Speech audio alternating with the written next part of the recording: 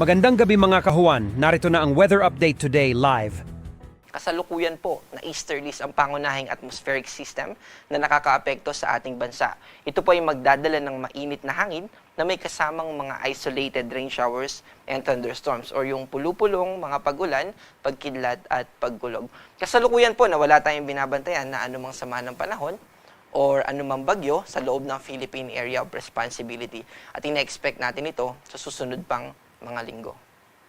Para naman po sa ating forecast bukas, patuloy po na makakaapekto yung easterlies at ito po ay magdadala ng maulap na kalangitan na may kasamang mga pag-ulan at pagkulog pagkidlat dito po sa Aurora and Quezon Province.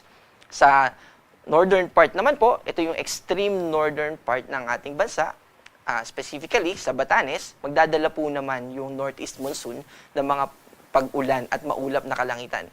Ang ating pong northeast monsoon ay ina-expect natin na unti-unti nang mag-dissipate, pero sa next week ay ina-expect din natin na ito po ay muling magkakaroon ng surge at makakaapekto maaaring hindi lamang sa northernmost part ng bansa, kundi sa mga probinsya na nandito sa ating northern Luzon.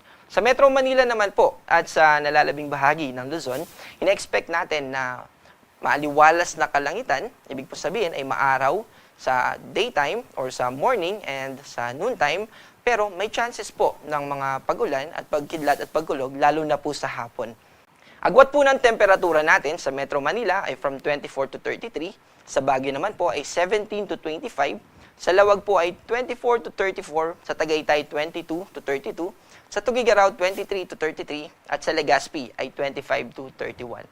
Sa Palawan ay ina-expect din po natin ang maaliwalas na kalangitan na may kasamang or may chances ng mga pag-ulan at thunderstorms, lalo na sa hapon. At ang agot po ng temperatura sa Puerto Princesa ay 27 to 32 at sa Kalayaan Island po ay 27 to 32 din. Sa natitirang bahagi po ng ating bansa, specifically sa Visayas at Mindanao, patuloy na ina-expect natin yung maaliwalas na kalangitan na may chances ng isolated rain showers at thunderstorms.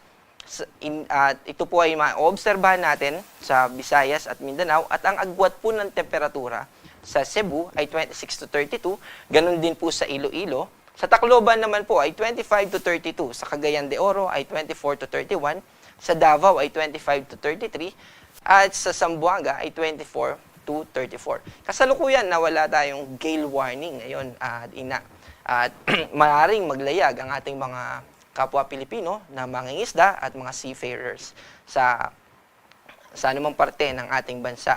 Mag-ingat na lang po tayo dito sa eastern part dahil moderate to strong po ang ating mga pag-alon.